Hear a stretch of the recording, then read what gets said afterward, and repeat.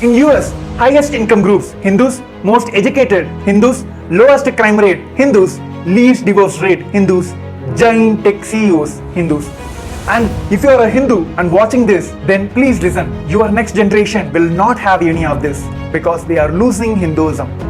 One more thing, you are a crime-free and non-violent because you are a Hindu. You have less addiction and depression because you are a Hindu. You are well educated and successful because you are a Hindu. You are happier and contributing more because you are a Hindu. Your parents remains together because they are Hindus. So please wake up now, otherwise the next generation will not have any of this. Let's first see what we have now before we go into what we are going to lose. Globally, Hindus are the most happiest, most non-violent, peaceful and contributing people. In US, Hindus make up only 1% of the population but have made significant contributions to various sectors and they are the most successful in their respective fields. Of course, income is one of the ways to measure who is more successful than others. So let's start with the income level. Hindus are the highest income groups in US, surpassing others by 20%, with 48% of people earning an income of more than 100,000 US dollars per year. 1% of the population, but accounting for 8% of founders of high-tech companies and 1/3 of the technology startups in Silicon Valley. 1% of the population, but comprising 13.5% of all the startups in US. The collective value of these startups exceeds 195 billion US dollars and employ over 50,000 people. Hindus founded 11.5% of nearly 650 unicorn companies in US. An estimated value of 300 billion US dollars in tax revenues each year, contributing approximately 5 to 6% of the total income taxes. 16% of the US companies have Hindu CEOs. Some well-known companies are IBM, Google, Microsoft, Adobe, FedEx, NetApp have Hindu CEOs. 60% of the US hotels are owned by Hindus. These hotels generate about 700 billion US dollars in revenue annually and they create more than 4 million jobs directly or indirectly. About 35 to 50% of all the convenience stores in US are owned by Hindus, generating over 350 to 490 billion US dollars in revenue annually.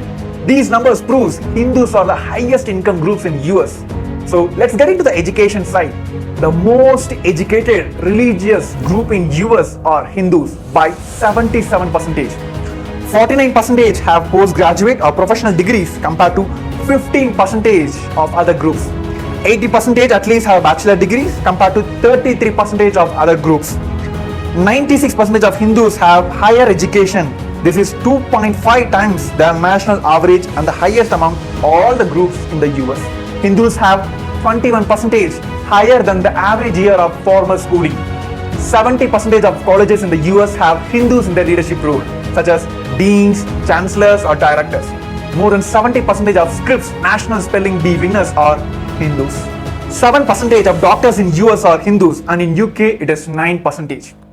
All this is okay. What about crimes? Less than 0.2% of UN prison population are Hindus. It means the crime rate among Hindus is 1/20 of the other groups.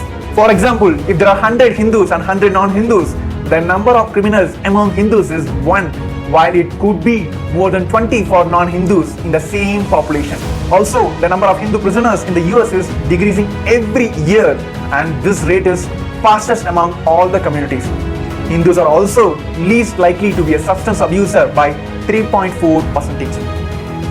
So let's get into the family structure as well. The average divorce rate in US is more than 40%, whereas for Hindus is less than 5%. Also, Hindus have done a high level of charity, contributing over 3 billion US dollars for universities since 2008 and between 1.5 to 2 billion US dollars for charity every year.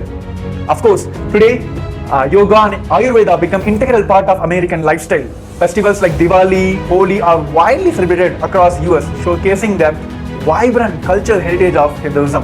And these festivals are celebrated by all other groups also, which proves all inclusiveness of the Hindus. So coming to the conclusion, the stats proves that Hindus are the good people and they only contribute. Hindus do not terrorize, do not colonize, do not convert. Hindus only work hard, contribute and live blissfully. Of course, this is well known to the entire humanity. But now, the shocking factor about Hindus and Hinduism is the next generation is losing Hinduism. One side, due to the high-level brainwashing by the Hindu-phobic and Hindu-mesic forces. On the other side, even the Hindu parents are not able to impart the fundamental principles and utility values of Hinduism as an experience to their kids. They are losing these values in the name of modernization. Report says by 2050, Hindus will not have 50% of their next generation. Either they will be converted or become unaffiliated. So we Hindus have a huge responsibility now.